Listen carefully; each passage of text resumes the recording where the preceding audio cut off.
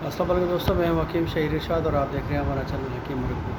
دوستوں، جس موضوع پہ ہم بات کریں گے وہ ہے شہد، جسے انگلش میں ہنی کہتے ہیں۔ دوستوں، اس کا مزاج جو ہے، لوگ کہتے ہیں کہ یہ گرم ہے، مگر اس کا مزاج معتدل ہے۔ اگر یہ گرم ہے تو پھر گرم پانی میں استعمال کریں گے تو گرم ہو جائے گا، پانی میں استعمال کریں گے تو ٹھنڈا ہو جائے گا۔ آپ کریم صلی اللہ علیہ وسلم اس کی صبح میں نبیذ بنا کر پیتے تھے، اور یہ آپ کریم صلی اللہ علیہ وسلم کا معمول ہوا کرتا تھا۔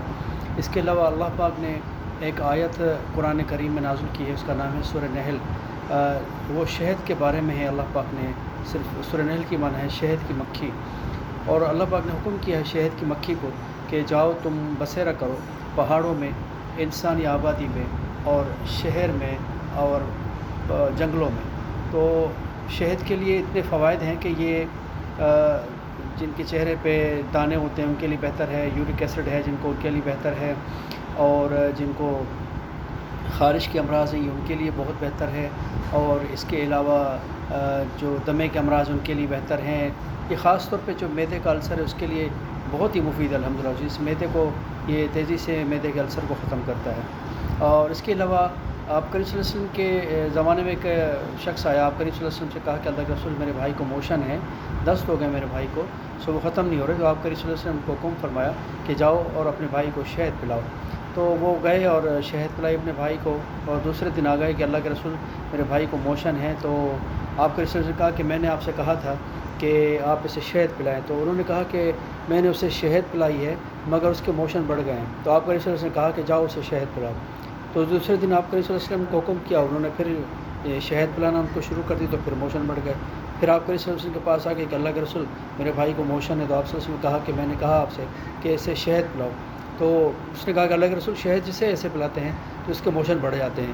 تو آپ کریم صلی اللہ علیہ وسلم نے کہا کہ میرے اللہ کا کلام سچا ہے اور تمہارے بھائی کا پیٹ جھوٹا ہے، جاؤ اسے گرم پانی میں شہد ڈال کر پلاؤ، معول اثر کر کے۔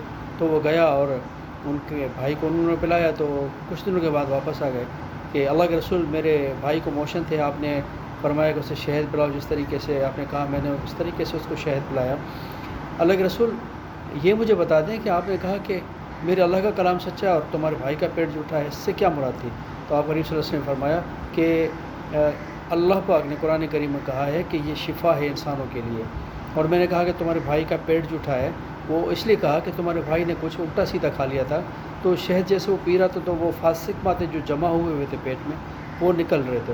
تو اس حوالے سے جب وہ پیٹ کے فاسق مادے ختم ہو گئے تو آٹومیٹیکلی الحمدللہ اس کا جو پیٹ ہے وہ ٹھنڈا ہو گیا، تو موشن بند ہو گئے۔